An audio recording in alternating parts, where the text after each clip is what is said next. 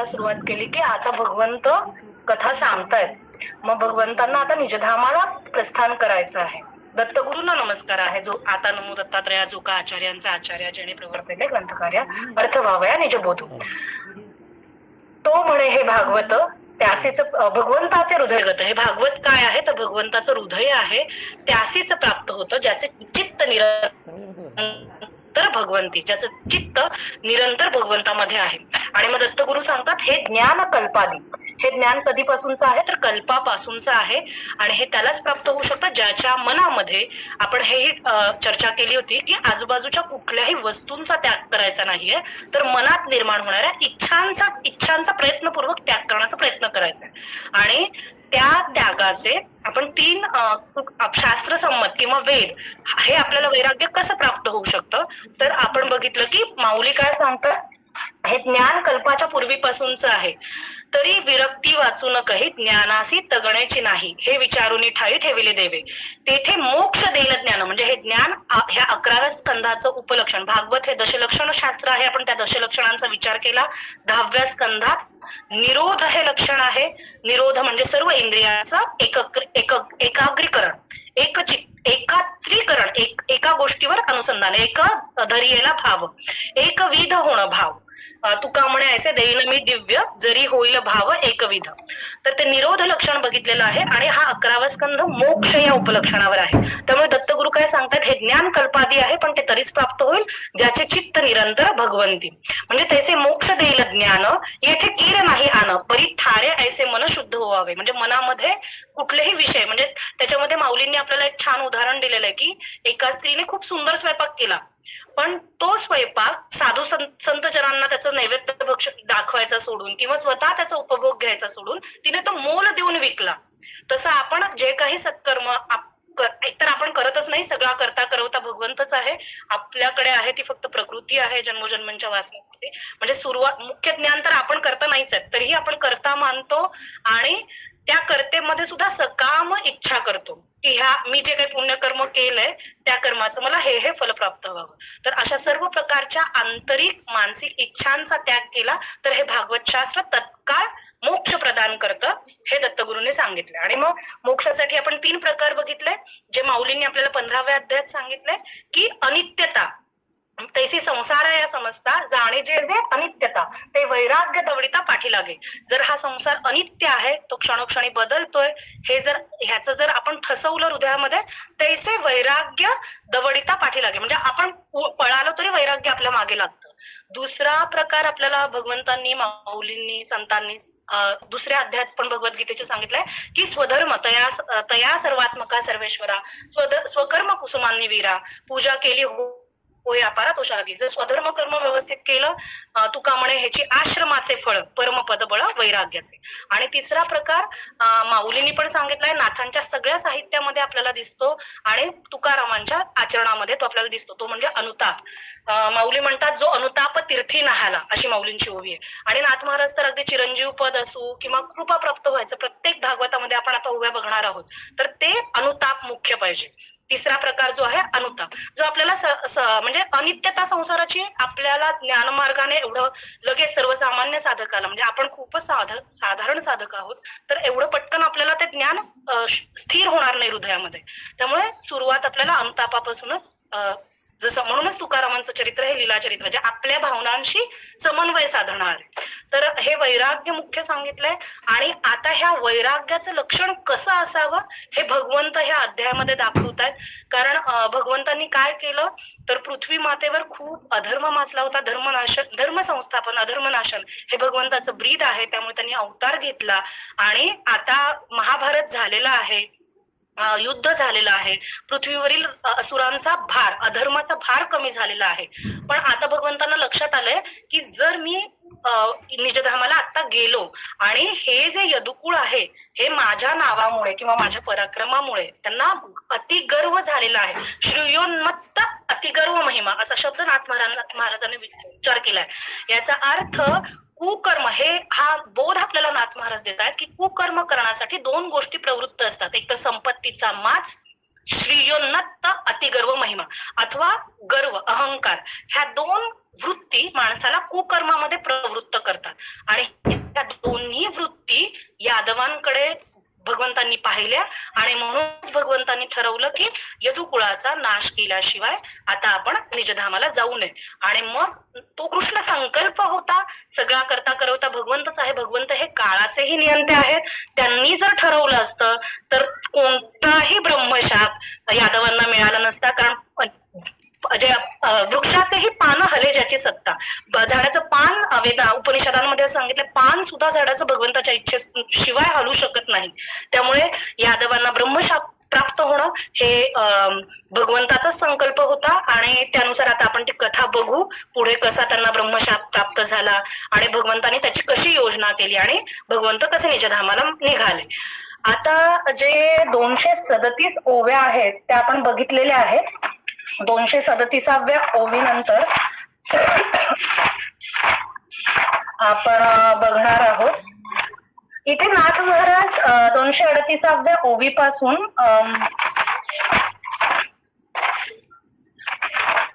बाल नंबर काय आहे? ओवी नंबर सांगते 238. कारण पान प्रत्येक जण कोणत्या कोणत्या ग्रंथ रेफरन्स करत असतील तर ते वेगळे आहेत. ओवी क्रमांक 238, पान नंबर 9 ना. साधारण आता आपण काय करू, जर ग्रंथ समोर असतील मी कथा सांगेन कसा ब्रह्मशाप मिळाला ती कथा आपण बघू. पण त्याआधी नाथ महाराजांनी इथं भगवंताचं गुणसंकीर्तन केलंय, भगवंताच्या गुणांचं वर्णन केलंय. आणि मला काय वाटतं प्रामाणिकपणे की आपण सर्वांनी ह्या ओव्या वाचू, त्यांनी भगवंताचं गुणसंकीर्तन कसं केलेलं आहे. कारण नाथ महाराजांच्या घरी भगवंत हा 36 वर्ष भगवंताने त्यांच्याकडे सेवा केलेली आहे. नाथ महाराज हे स्वतः, नाथ महाराजच नाही सर्व संत जेव्हा भगवंताचं गुणसंकीर्तन करतात तत्क्षणी तो भगवंत आपल्या हृदयामध्ये स्थिर होईल एवढं सामर्थ्य संतांच्या शब्दांमध्ये आहे. त्यामुळे प्रत्येकाने ग्रंथ समोर ठेवावा आणि हे गुणसंकीर्तनाचं जे वर्णन आहे ते आपण बघू. म्हणजे भगवंतांनी काय काय केलं नाथ महाराजांकडे, तर सेवा सुखे विसरला स्वपदा मुरारी, म्हणजे सेवा करता करता जो स्वतःच्या पदाला सुद्धा विसरून गेलाय. केला ऋणी निजबळे भवबाधहारी, जो भवसंकटाचं निवारण करतो, जो योगियांचं जे ध्यान आहे योगिया मुनिजन ध्यानी, असा तो कृष्ण तिथे 12 वर्ष त्याने श्रीखंडा म्हणून श्रीखंड्या चंदन उगाळून करी वस्त्र गंगा तिरी धुतसे, द्वारकेची मूर्ती एकनाथा घरी पाणी वाहे कावडीने. अशा प्रकारे भगवंतांनी पाणी वाहिलंय. विठ्ठल बनून टाळ भजनामध्ये हातात धरलेला आहे अनेक, आणि उद्धव म्हणून त्यांनी अनेक नाथांची कामं केली आहे. 36 वर्ष भगवंत नाथांच्या घरी काम केलं असं नाही म्हणू शकत. निळा म्हणे देव राबे ज्याच्या घरी, काम करणं म्हणजे स्वतःचं अंगरक्षण करून, पण राबे म्हणजे एक क्षणही स्वतःला न आठवता किंवा पूर्णपणे सेवा सुखे विसरला स्वपदा मुरारी, अशा प्रकारे भगवंताने तिथे नाथ महाराजांची सेवा केली आहे. म्हणजे खरं नाथ महाराज ही महाविष्णूचाच अवतार आहे, महाविष्णूच महाविष्णूची सेवा करतात, असं सुंदर लीला चरित्र आहे. त्यामुळे आपण प्रत्येकाने ह्या भगवंताचे जे गुण वर्णन केलेलं आहे नाथ महाराजांनी त्या ओव्या मात्र आपण प्रत्येकाने वाचूया. मी वाचते, तुम्ही स्पीकर नका ऑन करू पण वाचा प्रत्येक ओवी आणि मग आपण त्या ओव्यांचा अर्थ बघू. ओवी क्रमांक 239. आता नाथ महाराज म्हणतात की जो सकळ मंगळा मंगळपूर्ण, जो का गोकुळी कामिनी रमण, मोक्षाचे दारू स्वय श्रीकृष्ण, ज्याचे बर्वे पण अलौकिक. म्हणजे मोक्ष कुठं आहे, काय करायचं हे माहिती नाही, पण स्वतः त्याचा जो दारू म्हणजे नाव हे भगवंत आहेत. त्या नावेला पकडलं की सगळ्या तो कसा आहे. आपल्याला विष्णू सहस्त्रनामामध्ये एक श्लोक आहे, पवित्राणाम पवित्रम तू, सगळ्या मंगल आहे, सगळ्यात पवित्र म्हणजे त्याचं स्मरण सुद्धा करणं. यत् स्मरेत पुंडरीकाक्ष सभाय अभ्यंतरी शुची, ज्याच्या नुसत्या केवळ स्मरणाने व्यक्तीला पावित्र्य प्राप्त होतं, असा तो सकळ मंगळांचे मंगळपूर्ण, जो का गोकुळी कामिनी रमण, तो मोक्षाचे तारू म्हणजे स्वतः नावच आहे, जो भक्त काम कल्पद्रुम.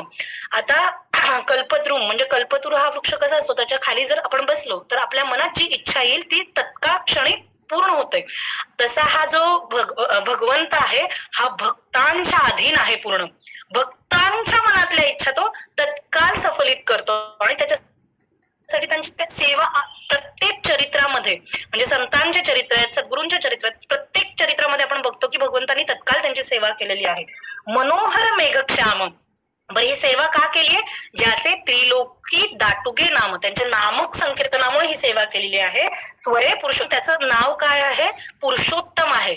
मग पुरुषोत्तम आपण जेव्हा जेव्हा पुढे 15व्या अध्यायाचाही विचार आहे, क्षर अक्षर पुरुषोत्तम, त्यावेळेस आपण पुरुषोत्तम ह्या शब्दाचा पूर्णपणे अर्थ बघू. पण आता आपण हे लक्षात घेऊ की पुरुषोत्तम म्हणजे काय, तर सगळ्यात उत्तम पुरुष जो स्वयं निर्गुण निराकार आहे आणि तो जसाच्या तसा इथे सगुण रूपात श्रीकृष्ण, साक्षात ते परब्रह्म तत्वता श्रीकृष्ण रूपे अवतरले, असा तो पुरुषोत्तम आहे.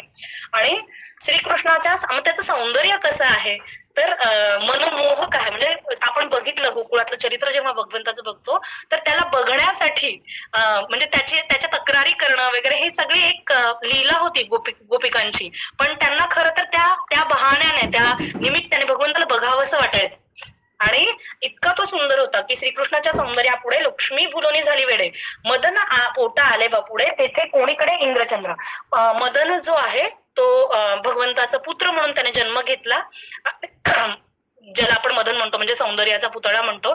त्याने सुद्धा भगवंताचा पुत्र म्हणून हे केलं, अभिप्रेत केलं.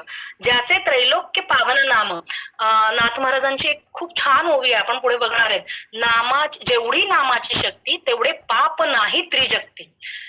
नामास पुढे चारी मुक्ती, जाण निश्चित विदेही. आपण पुढे विदेहाचा जेव्हा संवाद आहे जनक राजाचा त्याच्यात बघणार आहोत. तर नाथ महाराज सांगतात की ह्या जगामध्ये जेवढी नामापाशी शक्ती तेवढे पाप नाही. ह्या जगात जेवढं पाप आहे ना त्याच्या अनंत पटीने, म्हणजे जे आपण विचार करू शकतो हे एवढं मोठं पाप आहे, तर त्याच्या अनंत पटीने शक्ती नामामध्ये आहे. त्यामुळे त्याचे त्रिलोकी दाटुके नाम, त्याचे त्रैलोक्य पावन, त्याचं नाम कसं आहे तर परम पावन आहे. त्याच्या एका नामामुळे तुझे नाम पावन, तुझे नाम कलिमल दहन, तुझे नाम भवतारण, संकटनाशन नाम तुझे. अशा प्रकारे त्याचं नाव अत्यंत पावन आहे, अत्यंत पवित्र आहे. एकदा काय झालं, एका माणसाने संत तुलसीदासांच्या चरित्रात ही कथा आहे. आपण हे ऐकताना वेगवेगळ्या संतांच्या चरित्र तो खूप मोठं पाप करतो. आता मला एक्झॅक्टली पाप काय केलेलं ते आठवत नाही, पण त्याने पाप केलेलं असतं आणि त्याच्या घरी ब्राह्मण भोजनाला आलेले असतात, काहीतरी कार्यक्रम असतो. तर ते म्हणतात की नाही, अशा ठिकाणचं अन्न आम्ही नाही घेऊ शकत. पण जेवणाच्या आधी त्यांचा नियम असतो की भगवंताचं नामस्मरण करायचं जेव्हा जेवायला बसायच्या आधी, ज्या माणसाने पाप केलेलं असतं. संत तुलसीदास तिथं पोहोचतात आणि ते म्हणतात की मी तर उत्तम इथला प्रसाद ग्रहण करणार आहे, कारण हे भोजन नाहीच आहे. जिथे एक वेळेस नाम घेतलं जातं, एक वेळ नाम उच्चारित हरी, त्या क्षणी तत्काळ सगळ्या पापांचा पर्वत भस्म होऊन जातो. आणि संत तुलसीदासांनी हे जेव्हा पटवून दिलं तेव्हा त्या सगळ्यांना, तिथे जमलेल्या सगळ्या संत सद्गुरूंनी त्याला वंदनीय केलं. आणि हे सत्य आहे की अगदी म्हणजे कलियुगामध्ये हे नाम संकीर्तन हे सगळ्यात श्रेष्ठ आहे इतर युगांपेक्षा. पुढे आपण युगधर्म बघणार आहोत भागवतामध्ये की कुठल्या युगामध्ये भगवंताची भक्ती कशी केली जाते. तर कलियुगी हे नामसंकीर्तन इतकं श्रेष्ठ आहे की 10,000 वर्षांची तपस्या आणि कलियुगातलं एक नाम हे समान आहे. ठीक आहे. त्यामुळे ज्याचे त्रैलोक्य पावन नाम, जो करी असुरांते भस्म. असुर म्हणजे जे अंतरातले दुर्गुण आहेत तेही असुर आहेत, जे बाहेरचे असुर आहेत तेही. जो बोली जे आवाह्य काम भक्ता सुगम सर्वदा. त्रिलोकीचे बर्वेपण भुलोनी कृष्णापाशी आले जाण. ना कृष्ण लेशे बर्वेपण शोभे संपूर्ण तिही लोकी. जो सकल सौंदर्याची शोभा, जो लावण्याचा अतिवालभा, ज्याची या अंग संग प्रभा आणली शोभा जगासी. जो हरिखत्वाचा सोलिव हरिक, की सुखे सुखावते परमसुख, ज्याचेनी विश्रांतीसी देख, होय अत्यंतिक विसावा. इथे नाथ महाराज म्हणतात की जो हर्षाचा हे सोलिव हर्ष आहे. नामदेवांचे खूप सुंदर अभंग आहे त्याच्यामध्ये. सुखाचे हे सुख श्री हरी मुख, म्हणजे त्याचं मुख कसं आहे, अनंत जन्मींचे विसरलं दुःख, पाहता तुझे मुख पांडुरंगा. म्हणजे ज्याला आनंद म्हणतो किंवा सुख म्हणतो ते त्याच्यापासूनच त्याचा प्रसव आहे भगवंतापासून. की म्हणजे तिथे त्या सुखाला सुद्धा आनंद होतो, असा भगवंत आहे. सुख आपण म्हणतो किंवा परमानंद म्हणतो, त्याच्या सुद्धा विश्रांतीचं स्थान भगवंत आहे. तो अमूर्त मूर्ती धारण की सकल लोक लावण्य शोभा शोभवी श्रीकृष्ण सौभाग्य संपूर्ण साजिला. घृत थिजले की विघुरले परी घृतपणा नाही मुखले तेवी अमूर्त मूर्ती मुसावले परी ते संचले परब्रह्म.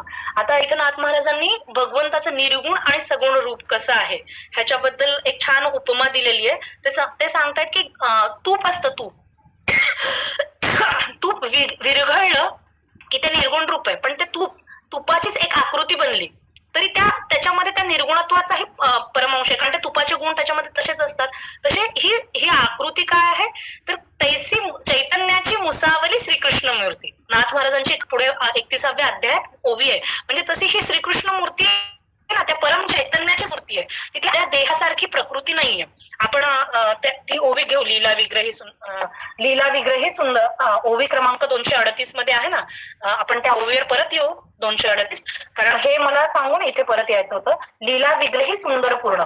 आता लीला विग्रही याचा अर्थ काय तर आपण ना सर्वसामान्य ज्या 84 लक्ष योनी आहेत ह्यांचा हे कशा उद्भव होतो हे आपण बघितलं होतं मागे, की गुणांच्या आधाराने जन्म घेणे लागे वासनेच्या संगे. त्रिगुणांच्या आधाराने म्हणजे आपण आपल्या कर्मानुसार जीव ह्या सृष्टीतलावर जन्म घेतो आणि ज्या ज्या मनुष्यांच्या संपर्कात येतो, म्हणजे जर माणूस झाला असेल तो ज्याच्या संपर्कात येतो, ज्याचे संबंध त्याच्याशी प्रस्थापित होतात, हे सगळे कर्माचे परिपाक असतात.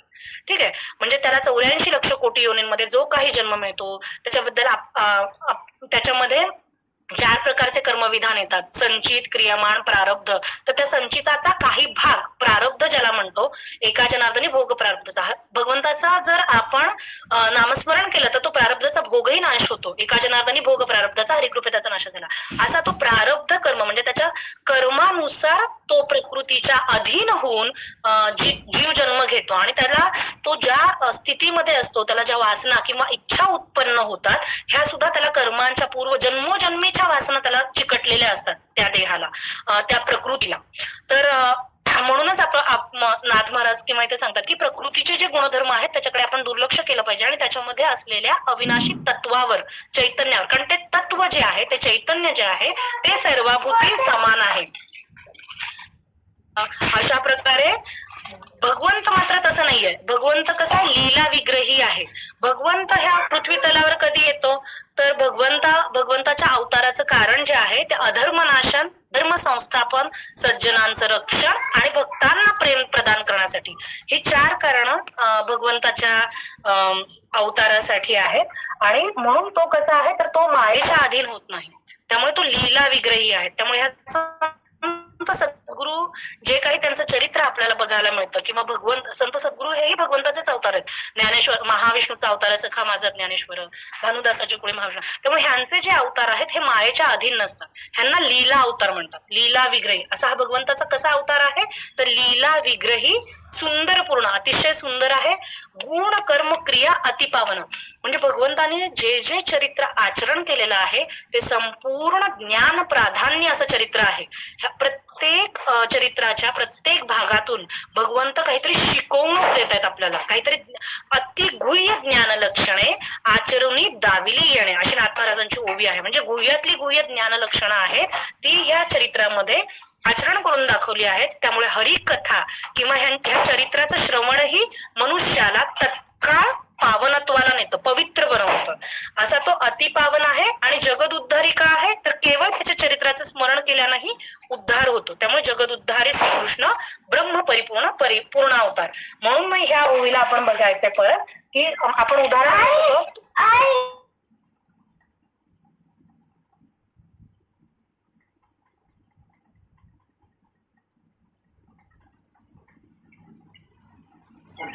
त्यामुळे इथे आपल्याला उदाहरण दिलंय की घृत थिजले ते विघुरले परी घृतपणा नाही मुकले. म्हणजे ते तूप आहे ते विरघळलेलं असो किंवा त्याचा पुतळा तयार झाला असो तरी त्याच्यात तूपपणा काही कमी झालेला नाहीये.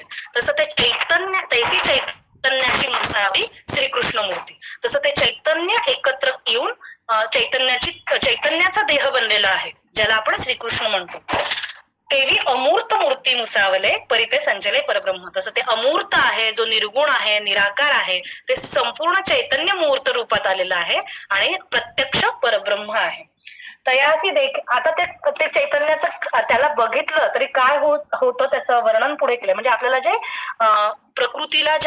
प्रकृतीची ही जी इंद्रिय आहेत जी बाह्यांगाकडे धावतात, मला वाटतं तुकोबांचा एक खूप छान अभंग आहे, घेई घेई माझे, जिथे शब्द स्पर्श रूप रस गंध हे चारही विषय जे बाह्यांकडे धावतात, बाह्य विषयांकडे, बाह्य जगाकडे, हे चारही विषय, हे पाचही विषय शब्दस्पर्श रूप रसगंध हे भगवंताकडे कसे समर्पित करावे. तर त्यांनी सांगितलं, घेई घेई माझे वाचे गोड नाम विठोबाचे, डोळे तुम्ही पहा रे सुख, डोळे तुम्ही घ्या रे सुख, पहा विठोबाचे मुख, तुम्ही ऐका रे कान माझ्या विठोबाचे गुण. अशा प्रकारे प्रत्येक इंद्रिय जे विषय ग्रहण करायला बाहेर धावतं त्या इंद्रियाला भगवंताकडे लावावं. आणि तुकाराम महाराज काय म्हणतात, छोटे माझं चित्त जे आहे, तुका म्हणे जीवा नको सोडूया केशवा, म्हणजे चित्त सुद्धा भगवंताला समर्पित करावं. तर हे असे पंच विषय जे आहेत बाह्य जगाकडे धावणारे, हे भगवंताच्या त्या मूर्त रूपाला कसे भुलतात हे आपण बघू. कारण ते तिथे एकाग्र झाले की आपोआप पुढे आपल्याला आपला आध्यात्मिक प्रवास सुरू होतो. हेच नाथ महाराजांनी पंच विषयांकडे धावणाऱ्या इंद्रियांचं जेव्हा ते भगवंताकडे जातात तेव्हा त्यांची काय स्थिती होते ती नाथ महाराजांनी पुढे वर्णन केलेली आहे. तर पहिल्या दृष्टीचं वर्णन केली आहे की कशी आहे, अनंत जन्मेंचे विसरलं दुःख, पाहता तुझे मुख पांडुरंगा, देखलियाची पुरे खा देखी देखण्याची सरे. हे परत मागे आपण एका बघितलं होतं मागच्या एका चिंतन वर्गात, त्रिपुटी जी असते, पाहता, पाहणे आणि दृश्य, द्रष्टा, दृश्य, दर्शन.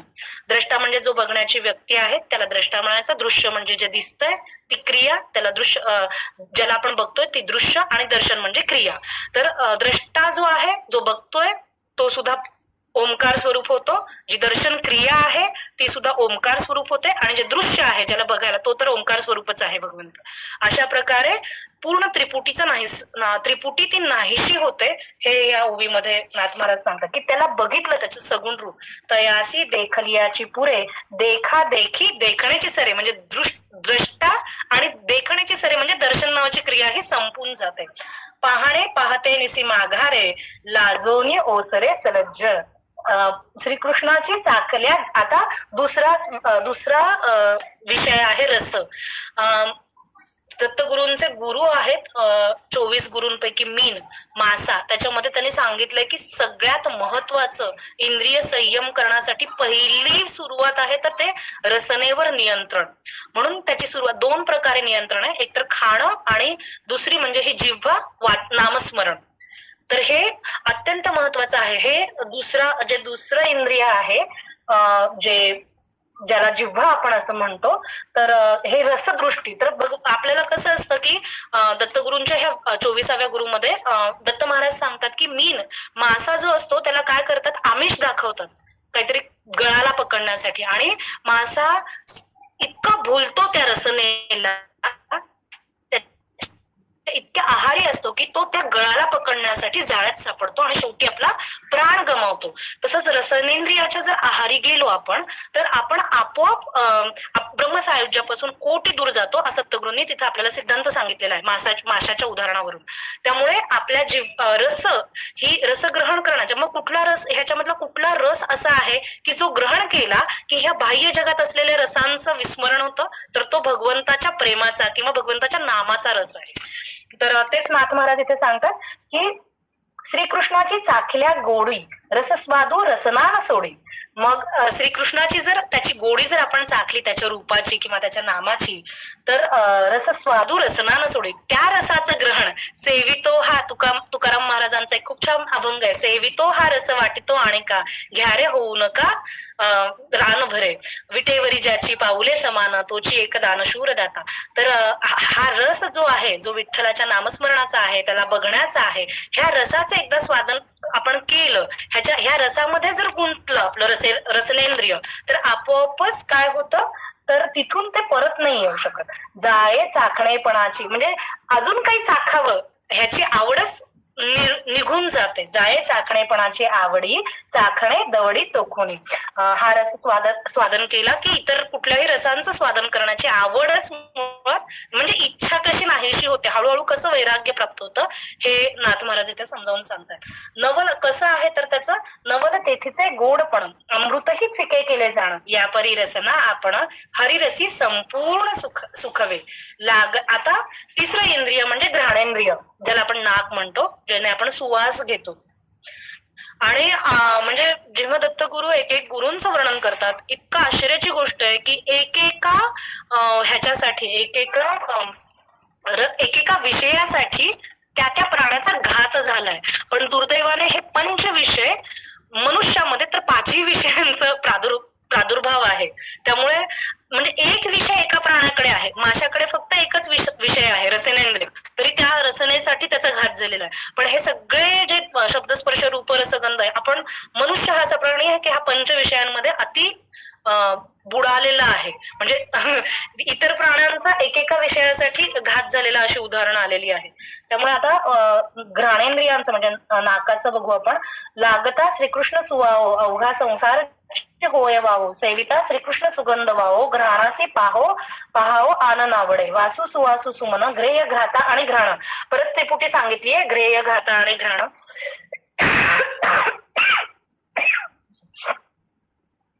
कृष्ण मकरंदे जाण विश्रामा संपूर्ण स्वये येते. त्याच्यानंतर स्पर्शाचं उदाहरण सांगितलंय. जयाचेही अंग स्पर्शे देह देही देहपण नासे. इथेही ह्या त्रिपुटीचा देहभावाचा नाश होतो असं सांगितलं आहे. अंगची अंगाते कैसे विसरे आपैसे देह बुद्धी. मग जे अगदी जे तत्वज्ञान आहे मी देह नाही हे नुसतं गोकंपट्टी करून काहीच होणार नाही. पण श्रीकृष्णाचा जर स्पर्श झाला त्याच्या चरणांचा तर आपोआप देहबुद्धी विसरली जाते असं नाथ महाराज इथे सांगतात. कठीणाचे कठीणपण मृदूचे मृदूपणही नेले, कृष्ण स्पर्शे ऐसे केले, स्पर्शाचे ठेले स्पर्शत्व. तयाचेही पठणे वाचा ठाओ वाच्य वाचकांचा, नेती शब्दे पुसोनी साचा करी शब्दाचा निशब्दू. परत शब्द नावाचा विषय आहे, त्याच्याबद्दल सांगितलंय. बोलू बोलण्याचे ठेले, बोलते नेणू काय झाले, कृष्ण शब्द ऐसे केले, वाच्याने नेले वाचिक. आता जे चित्त आहे तर चित्ताचं आपण बघितलं की तुकारामांनी ह्या अनेक प्रार्थना केल्यात. माझे चित्त तुझे पाही राहो ऐसे करी काही, धरून या बाही भवा तरी दातारा. म्हणजे भगवंतालाच अनुताप करून प्रार्थना केली की आतापर्यंत जे झालं ते झालं, पण आता तूच माझं चित्त तुझ्या चरणांमध्ये स्थिर कर. चरण म्हणजे स्वरूप. चरण ह्या शब्दाचा अर्थ संस्कृत मध्ये स्वरूप होतो. माझे चित्त तुझे पायी राहो ऐसे करी धरोनिया बाई भवहा तारी दातारा. तर काय होतं तर हे चित्त जेव्हा श्रीकृष्णाच्या स्वरूपाचं, श्रीकृष्ण हा स्वरूप त्याचं स्वरूप आणि रूप एकच आहे, त्यामुळे चित्त चिंतकाची पाय चित्तपणा विसरून जाय. त्याचं स्मरण केलं तर चित्ताचा जो चित्तपणा आहे तोच त्याच विस्मरण होतं. मग निश्चिंतपणे पाहे कृष्णचरणी राहे निवांत. चित्त चिंता चिंतन ही परत त्रिपुटी आहे जी नाहीशी होते, ओंकार स्वरूप होते. चित्त चिंता चिंतन तिहीची नुरे आठवण, चिंतिताची श्रीकृष्ण चरण ब्रह्म परिपूर्ण. पंचविषय जे आहेत ते श्रीकृष्णाकडे भगवंताकडे लावले आपण की आपोआप ते त्रिपुटी नाहीसी होऊन ओंकार स्वरूप होतं. ते काय होतं हे भक्ताला स्वतःलाही अगदी त्याची खूप माहिती असली पाहिजे. अगदी नकळत जरी भगवंताकडे आपलं मन लागलं तरी ह्या सगळ्या गोष्टी होतात. ह्या फक्त हे आपण जाणून घेतोय नाथ महाराजांच्या शब्दातून ते कसं कसं होतंय. नवलतयाचा पदक्रम. आता भगवंताच्या चरणांचं नाथ महाराजांनी सांगितलंय की भगवंताची पावलं कशी आहेत. पाहता पारुषे कर्माकर्म. त्यांचं त्या पावलांचं चिन्ह म्हणजे गोकुळातलं जे भगवंताचं चरित्र आहे त्याच्यामध्ये अशी कथा आलेली आहे की गायी मागून चालणारी जी गोधुली समय असतो तर त्या गायी मागून भगवंताचं जे चरण असतात त्याला नमस्कार करायला गोपिका धावायच्या. तर त्या चरणांचं महत्व काय असेल तर गायी मागील कृष्ण पाऊले, पाहता कर्म करते निश्चित गेले, अकर्म म्हणणे नाही उरले, ऐसे कर्म केले निष्कर्म. म्हणजे भगवंताचे हे जे चरण आहेत ह्यांच्या पावलांच्या खुणा जर बघितल्या तर त्या कर्म करता अकर्म ह्या सगळ्या अवस्थाच निरसून जातात असं नाथ महाराज वर्णन करतात. आणि अशा प्रकारे ही भगवंताची कीर्ती आहे, भगवंताच्या या कथा आहेत. आणि पुढे 4-5-10 ओव्यांमध्ये भगवंताच्या त्या कीर्तीचं वर्णन केलेलं आहे. तर ओवी क्रमांक 65 बघा, 64-65 की जयाचे 63 बघा, जयाचे नि कीर्ती श्रवणे श्रोता नुरे श्रोतेपणे वक्ता पारुषे वक्तेपणे श्रवणे पावणे परब्रह्म. म्हणजे ज्या कीर्तीचं केवळ श्रवण जरी केलं भगवंताच्या तरी परब्रह्म तत्वाची प्राप्तता परोक्ष अनुभूती प्राप्त होते. संतांच्या सर्व साहित्यामध्ये हरिकथेला अत्यंत महत्व सांगितलेलं आहे आणि ते कथा तत्काळ चित्तशुद्धी करते, विषयांचा मळ दूर करते चित्तातून. आणि नाथ महाराजांनी तर असं वर्णन केलंय की हरिकथेमध्ये जो काळ जातो तो काळ ह्या कालगणनेमध्ये समाविष्ट होत नाही, तो ह्या कालगणनेच्या म्हणजे काळाच्या बाहेर तो काळ गणला जातो.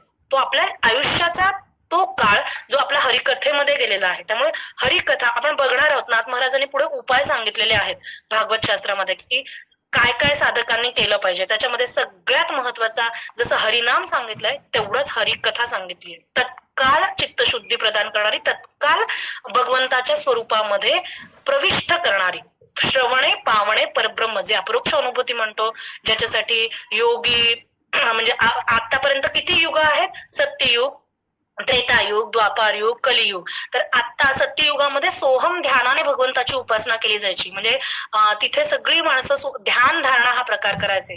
त्याच्यानंतर जे युग आलं त्रेतायुग, त्याच्यामध्ये यज्ञाने यज्ञाच्या रूपामध्ये भगवंताची पूजा केली जायची. त्याच्यानंतर जे द्वापार युग आलं त्या द्वापार युगामध्ये मुख्य साधन होतं की राजलक्षणांनी तांत्रिक आणि मंत्रविधींनी युक्त अशी भगवंताची राजलक्षणांनी युक्त पूजा केली जायची. ते मुख्य त्या युगाचा युगधर्म होता. पण कलियुगाचा युगधर्म आहे नाम संकीर्तन आणि हरिकथा. नाम संकीर्तन, कीर्तन असं संकीर्तन हे कीर्तनाची आवड कशी आहे भगवंताला? तर कीर्तनी हरीची आवडी कैसी वस्सा लागे धेनू जैसी कान विसंबे मोहाशी माशी तत्काळ. म्हणजे एखाद्या मधमाशीला मोहळ दाखवावं आणि ती त्या मोहळाकडे धाव घ्यावी, तेवढी आवड भगवंताला कीर्तनाची. जिथे कीर्तन आहे जसं मोहळ बघितल्यावर मधमाशी धावत जाते, त्याप्रमाणे भगवंत त्या ठिकाणी जिथे नाम संकीर्तन हरिकथा सुरू आहे तिथे धावत पोहोचतात असं नाथ महाराज सांगतात. आणि सर्वच संतांनी सांगितलंय की कलियुगी ह्याची सार नामस्मरावे निरंतर. म्हणजे कलियुगाचा मुख्य धर्म हा सकाळचे येथे आहे अधिकार कलियुगी उद्धार हरीच्या नामे. तुकाराम महाराज सगळ्या संतांनी कलियुगाचा युगधर्म सांगताना नामसंकीर्तन आणि हरिकथा सांगितलेला आहे. आणि काय युगधर्म आहे तर श्रवणे पावणे परब्रह्म, तत्काळ भगवंताच्या स्वरूपाची प्राप्ती होते. तर अशा प्रकारे भगवंतांनी निजधामाला जाण्यापूर्वी हे लीला चरित्र प्रस्थापित केलंय. स्वधामा गेलिया चक्रधरू मागा तरावया संसारू कृष्ण कीर्ती सुगम तारू ठेवणी श्रीधर सोया गेला. नवल त्या तारुवाची स्थिती बुडवून नेणे कल्पांती श्रवणे तरले नेणो किती पुढेही तरते श्रद्धाळू. नाथ महाराज सांगतात की हा जो कृष्ण कीर्तीचा तारू आहे म्हणजे ही जी नौका प्रदान केली आहे ती इतकी सुंदर आहे की इतकी नवल आहे, अद्भुत आहे की ह्या नौकेला कधी बुडणं माहितीच नाहीये. नवल त्या तारुवाची स्थिती बुडवून नेणे कल्पांती. ही नौका कधीही कल्पांतामध्ये तुकाराम महाराजांचा एक छान अभंग आहे, नामे नाही तरला ऐसा कोणी, असं काहीतरी अभंग आहे. नाम घेता वाया गेला ऐसा कोणी ना ऐकियेला. म्हणजे ही इतकी सुंदर कीर्ती भगवंतांनी प्रस्थापित केली आहे की नाम घेता वाया गेला ऐसा कोणी. म्हणजे हे जे नाव भगवंतांनी प्रदान केलेली आहे हे कधीही माणसाला कल्पांतापर्यंत बुडवू शकत नाही. अशा प्रकारची कीर्ती आणि अशा प्रकारचं नामवैभव भगवंतांनी ह्या लीला चरित्रामध्ये प्रस्थापित केलेलं आहे. जे कसं लीला चरित्र आहे ते जे चैतन्य आहे जे आपल्याला सगळीकडे समान आहे ते चैतन्य जशाच्या तसं तैसी चैतन्याची मुसावली श्रीकृष्ण मूर्ती. त्याच्यासाठी उत्तम उदाहरण ती लाईन तुम्ही अंडरलाईन करू शकता. तुम्हाला कुठे सांगायला घृत थिजले ते विगुरले हे खूप सुंदर उदाहरण दिलेलं आहे की कसं कृष्णमूर्ती प्रस्थापित झालेली आहे. त्याच्यानंतर आदरे पडता कृष्ण कीर्ती पाया लागती चारी मुक्ती त्यांचे श्रवणादरे दरे भितरील तम एकसरे निघे बाहेरे गजबजून कृष्ण कीर्ती नामाक्षरे. तर कृष्ण कीर्ती कशी आहे तर ती जर आदराने पडू गेलं तर आपण काय होईल म्हणजे अगदी विष कसं असतं नेणता औषधे भक्षिले विष किंवा औषध किंवा विष आपण जरी आपल्याला माहिती नसेल आणि आपण भक्षण केलं तर तत्काळ सफलित होतं. अगदी भगवंताची कीर्ती तशीच आहे, ती तत्काळ सफलित होते. पण जर ती आदराने आपण भक्ती प्रेमाने युक्त होऊन जर वाचायला गेलो तर त्याचं आणखी सफलित होतं की चारी मुक्ती आपल्या पायापाशी लोळतात, असं नाथ महाराजांनी सांगितलेलं आहे. आणि कृष्ण कीर्ती प्रताप काय काय होतं तर कृष्ण कीर्ती कथा गजरी कृष्ण कीर्ती नामाक्षरे निगताची श्रवणधारे भीतरील तम एकसरे निघे बाहेर गजबजूने तव कृष्ण कथा माझारी तमासी ठाव. म्हणजे सत्व रजतम हे सगळे गुण निघून माणूस निर्गुणात्व गुणातीताला प्राप्त होतो. तमासी ठाव नुऱ्याची बाहेरी धाकेची निमे सपरिवारे कृष्ण कीर्ती माझारी परमानंदू. कृष्ण कीर्ती प्रताप प्रकाशे. आता ह्या कृष्णाच्या कीर्तीचा प्रताप काय आहे तर संसार कृष्णमय दिसे गाऊ नाचू गाऊ नाचू विठो तुझा करू अनुवादू. जर असा विठ्ठलाचा अनुवाद नाम संकीर्तन केलं त्याच्या कीर्तीचं तर काय होतं, जिकडे पाहे तिकडे सर्वमय गोविंद, सगळीकडे तो भगवंत दिसायला लागतो, इतका त्याच्या कीर्तीचा प्रताप आहे. त्याच्या प्रतापाच्या प्रकाशामध्ये काय होतं तर जिकडे पाहावे तिकडे सर्वमय गोविंद, सर्व वासुदेव सर्वमिती, हे फक्त भगवंताच्या हरिकथा श्रवण केल्याने होतं. कृष्ण कीर्ती प्रताप प्रकाशे संसार कृष्णमय दिसे कीर्ती कीर्तिमंता ऐसे दे अनायासे निज सुख. अशा प्रकारे भगवंताचं उदाहरण केलेलं आहे. पुढे एक ओवी आहे 75वी, ज्याच्यामध्ये म्हटले ज्याचे दिधलिया खेव खेवाची पुरे हाव, ज्याचे घेताचे नाव नासे सर्व महाभय, आम्हा भय चिंता नाही शोक दुःख, अशी तुकारामांचा अभंग आहे.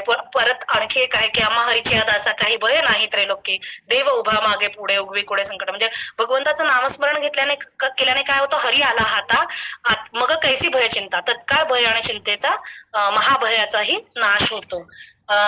हे झालं भगवंताच्या कीर्तीचं वर्णन जे नाथांच्या मुखातून आपण श्रवण केलं.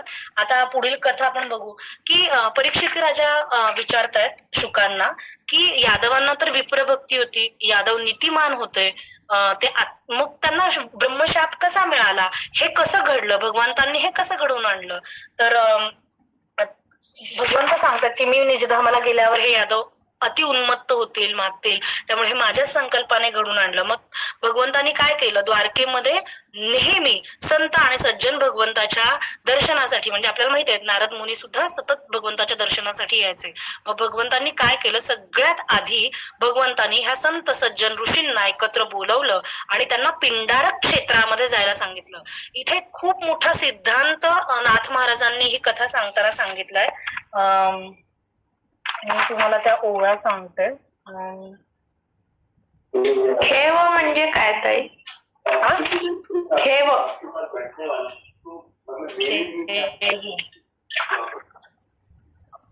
कुठल्या ओवीमध्ये आहे ते? ओके, ज्यासी दिदलिया खेव खेवाची पुरे हाव, ओवी क्रमांक 75 विचारताय का तुम्ही? हा, खेव म्हणजे महद्भाग्य, एखाद्याला भाग्य दिलं, हा महद्भाग्य दिलं, महद्भाग्याने एखाद्याला आलिंगन दिलं, एखाद्याला असा खेव म्हणजे भाग्याने एखाद्याला भगवंताचं आलिंगन मिळालं आणि त्याला सारखं वाटलं की भगवंताचा अंगसंग हवासा वाटत नाहीये, आणखी कुणाचाही अंगसंग हवासा वाटत नाहीये, आणि त्याचं नुसतं नाम घेतलं तरी संसाराचं भय नाहीसं होतं. म्हणजे आलिंगन असा अर्थ होऊ शकतो, जास्ती तिथं या खेव. ज्याला म्हणजे काय? पिंडारक हे क्षेत्राचं नाव आहे. अच्छा, हा, पिंडारक हे क्षेत्राचं नाव आहे. भगवंत आता सगळ्या ऋषीमुनींना एकत्र बोलवतायत आणि त्यांना सांगतात की आपण पिंडारक क्षेत्री जा. मी तुम्हाला ओवी क्रमांक सांगते. ओवी क्रमांक 303 आपण ना ह्या इथून बघूया. ओवी क्रमांक 314. ठीक आहे,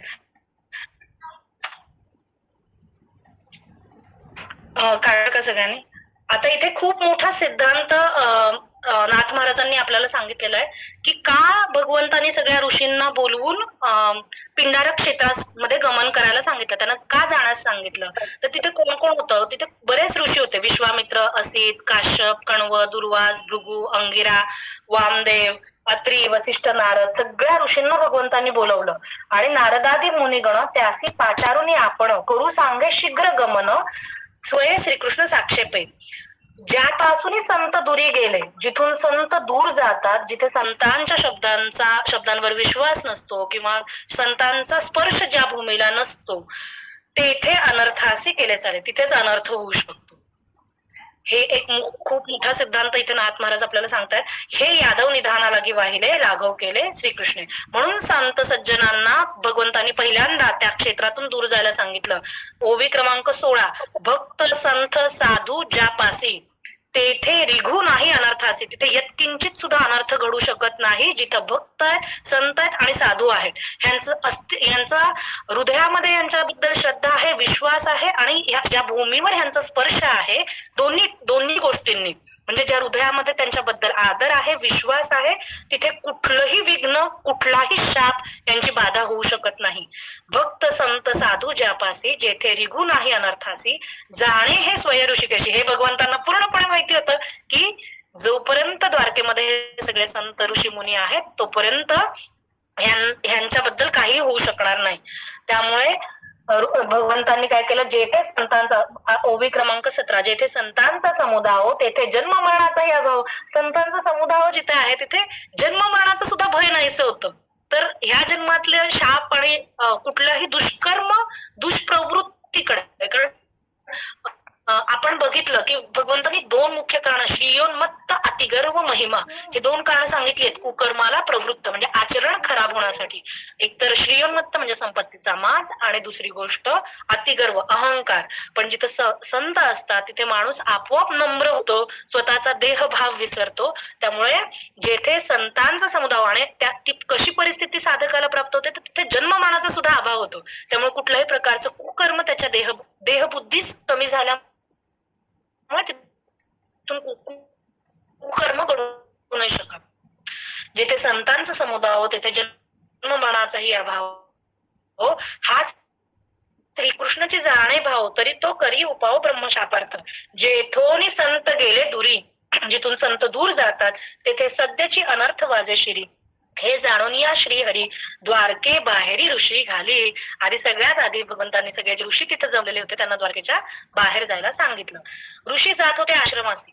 आता ऋषींना आश्रमाला जायचं होतं, पण भगवंताला लीला घडून आणायची होती. त्यामुळे भगवंतांनी सांगितलं की आपण काय करा, पिंडारक नावाचं एक क्षेत्र आहे, जिथे अनेकदा आणि किंचित केलेलं पापही आपल्याला अनंत जन्मीचं दुःख देऊ शकतं. त्यामुळे ह्या पिंडारक क्षेत्राला हे सगळ्या ऋषींना भगवंतांनी पाठवलं. पिंडारका मुनिगण श्रीकृष्ण धाडिले कोण कोण. आता कुठले कुठले श्रीकृष्णांनी कोणत्या कोणत्या ऋषी मुनींना जायला सांगितलं, त्यांच्या नावं आणि त्यांची थोडी थोडी माहिती पुढच्या ओव्यांमध्ये आलेली आहे.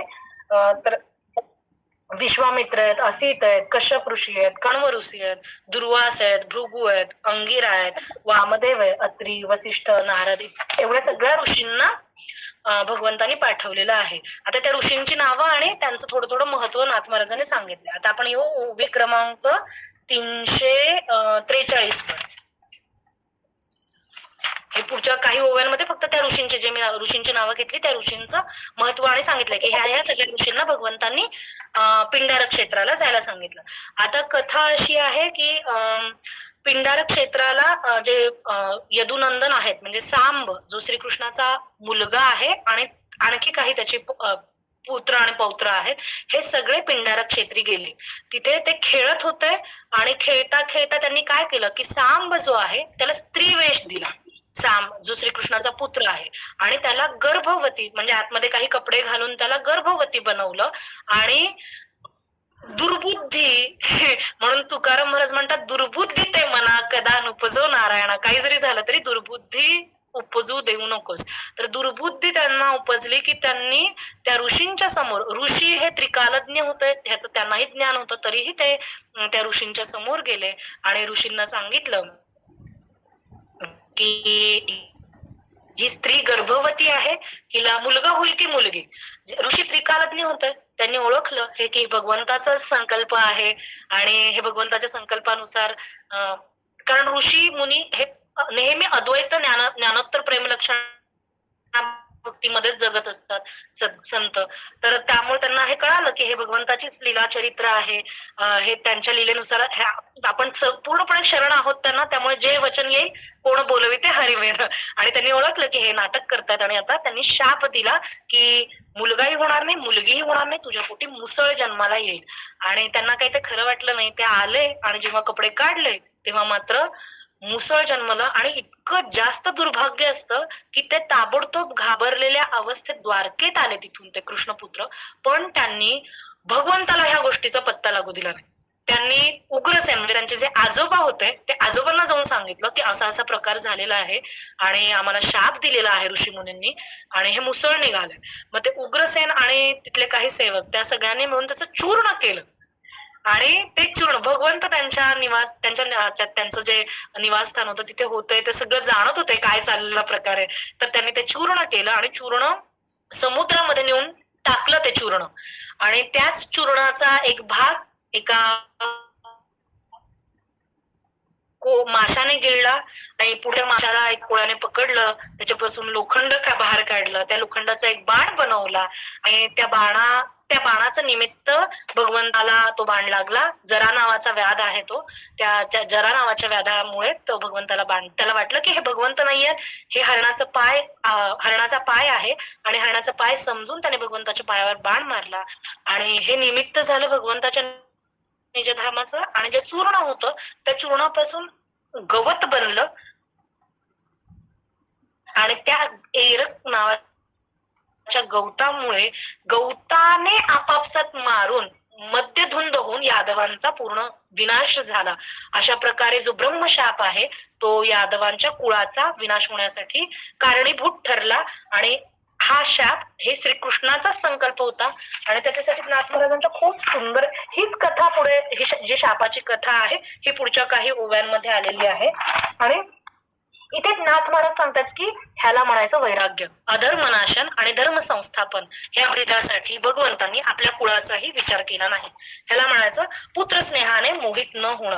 तर इथे खूप छान ओव्या आहेत नाथ महाराजांच्या. ओवी क्रमांक 487 मला वाटतं, 487 एकदम शेवटच्या ओव्या आहेत, शेवटच्या श्लोकाच्या. कोणी न आता भगवंताला हे सगळं घडलं पण कोणी कळू सुद्धा दिलं नाही. कोणी न सांगता हे पेखणे जाणीतले सर्वज्ञ श्रीकृष्ण. भगवंताला माहिती होतं यांनी चूर्ण बनवलंय, समुद्रामध्ये टाकलंय, पण भगवंताला त्या सभेमध्ये भयवशाने यांनी सांगितलेलं नाहीये. परी द्विज शापो अन्यथा करणं हे निजमने स्पर्शना. द्विजांचा शाप बदलणं हे भगवंताला कधीही पटलं नाही. म्हणाल हे नवे असी पालटे ना द्विज शापासी.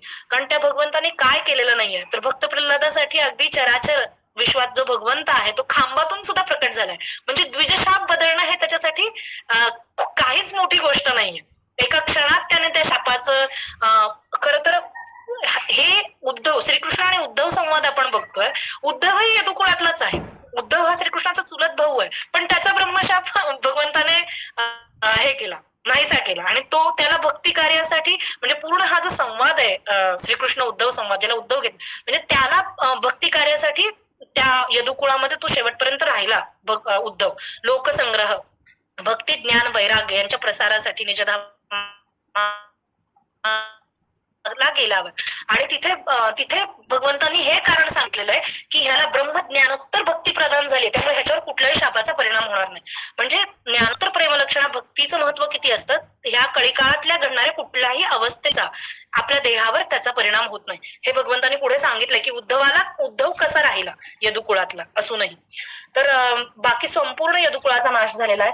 म्हणाल हे नव्हे तासी म्हणजे द्विज शापाला भगवंतांनी भक्तांसाठी काय काय केलेलं नाहीये. आता हा 11वा स्कंद आहे, पण 10व्या स्कंदापर्यंतचं चरित्र जर आपण बघितली तर जेव्हा भगवंत ध्रुवाला भेटायला चालले होते, ध्रुव तर विषयाच्या ओढीनेच भगवंताकडे गेला होता. त्याला उत्तम पद पाहिजे होतं. म्हणजे अजूनही त्याच्या मनाला विषयांचा स्पर्श होता. आणि जेव्हा भगवंताचा आशीर्वाद प्राप्त झाला, जेव्हा भगवंताचा शंख त्याच्या गालाला लागला, त्या क्षणी त्याच्या सगळ्या क्षण आयुष्या झाल्या. म्हणजे भगवंताने जेव्हा भगवानाला ध्रुवाला भगवंत बघायला निघाले होते तेव्हा अनेक जन्म तपस्या करणारे जे योगी होते, जे ज्ञानी होते, ते भगवंताला त्यांना वाटत होतं की भगवंत आता आपल्याला रस्त्याने जाताना भेटतील, हे कुठे चालले असं सर्वजण विचार करत होते. पण कुणालाही म्हणजे फक्त तो भक्ती प्रेमासाठी किती भुलतो भगवंत. म्हणजे त्याला विषयाचा स्पर्श असतानाही त्याला आधी निर्विषय केलं मूळ स्वरूपावर अढळपट प्राप्त करून दिलं. म्हणजे एक द्विजवाचा श्राप बदलणं हे भगवंतासाठी एकदम काहीच त्यांच्या, पण त्यांनाच ते करायचं नव्हतं, कारण त्यांचाच हा संकल्प होता अधर्मनाशन करण्याचा. जो निमाल्या आणि गुरुपुत्रासी, नाथ महाराज सांगतात कुणाला आणलंय, तर जो गुरुपुत्र यमलोकाला पोचला होता, निमाल्या आणि जो मृत पावला होता गुरुपुत्र, संदीपनी ऋषींचा एक मुलगा होता जो मृत पावला होता. आणि जेव्हा भगवंत संदीपनी ऋषींच्या आश्रमातून विद्या ग्रहण करून परत द्वारकेला निघाले, तेव्हा त्यांनी गुरुमाता आणि गुरूंना, संदीपनी ऋषींना नमस्कार केला आणि म्हणाले मी काय गुरु दक्षिणा देऊ. तर संदीपनी ऋषी म्हणाले मला काही नको. पण गुरुमाता मात्र तिच्या डोळ्यातून अश्रू व्हायला लागले होते, कारण तिचा एकुलता एक पुत्र होता, तो गेला होता आणि आता तिचं मन श्रीकृष्णामध्ये अडकलं होतं. म्हणजे तिला असं वाटलं की आता श्रीकृष्ण हे चाललेत.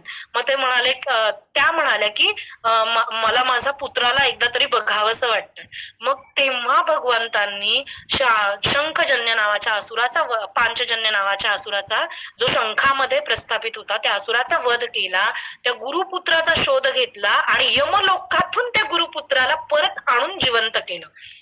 जो मर्तेन यो गुरुसुतम यमलोक नेतम, म्हणजे मर्तेन जो मेलेला होता त्या गुरुपुत्राला यमलोकातून, मर्तेन यो गुरुसुतम यमलोक नेतम, त्याला तो यमलोकातून परत घेऊन आले भगवंत.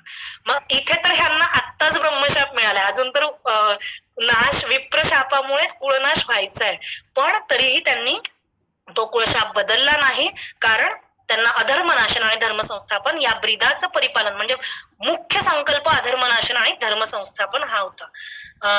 पाडूनी काळाचे दात, अजून नाथ महाराज उदाहरण देतात की का भगवंता, कशामुळे आपण असं म्हणायचं की भगवंतांनी हे शाप बदललं नाही. तर दुसरं उदाहरण देतात की पाडोनी कळी काळाचे दात देवकीचे गतगर्भ आणता. आता हा मर्तेन योग गुरुसुतम यमलोकनितम आपण गुरुपुत्राला आणलेलं बघितलं, पण देवकीचे जे 6 बाळ होती आधी झालेले, जे बलराम आणि कृष्णाच्या आधी जे 6 गर्भ, ज्यांची गर्भहत्या कंसाने केली होती, तर देवकी मातेनेही अशी इच्छा व्यक्त केली की मला त्या मृतपुत्रांना बघायचंय.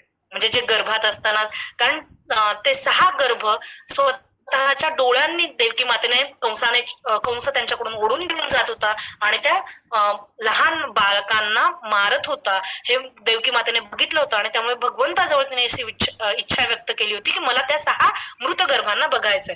तर भगवंत कसे कळी काळाचे आहेत, तर पाडोनी कळी काळाचे दात देवकीचे गतगर्भ आणित ईश्वरा ईश्वरू श्रीकृष्णनाथ जाणे सर्वार्थ निजसिद्धी. म्हणजे त्यांनी ती 6 जी मृत गर्भ होते, त्यांचे बंधू होते, त्यांनाही परत घेऊन आले होते भगवंत.